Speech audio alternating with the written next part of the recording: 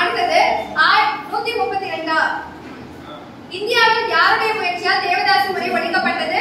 Doctor Muthulakshmi Reddy. சரியா? Option A. அடுத்தது 133.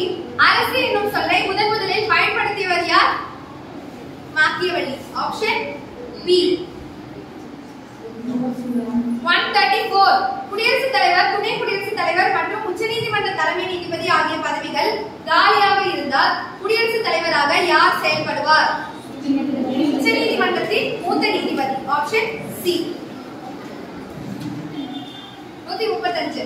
இந்திய அரசியலமைப்பின் எந்த பாகத்தில் இந்திய குடியரசுத் தலைவரின் நெருக்கடி கால அதிகாரங்கள் குறிப்பிடப்பட்டுள்ளன? பாகம் 18 தான். Option D. டி. அடுத்து 136. கீழ்கண்டவர்களில் யார் இந்தியாவின் துணை குடியரசுத் தலைவர் தேர்தலில் பங்கேற்கிறார்கள்? துணை குடியரசுத் தலைவர்னா மாநிலங்களவை உறுப்பினர்களும் மக்களவை உறுப்பினர்கள் ரெண்டு பேரும் மட்டும் தான் இருப்பாங்க. ஸ்டேட் என்ன பண்ண மாட்டாங்க? பார்ட்டிசிபேட் பண்ண மாட்டாங்க. Option A.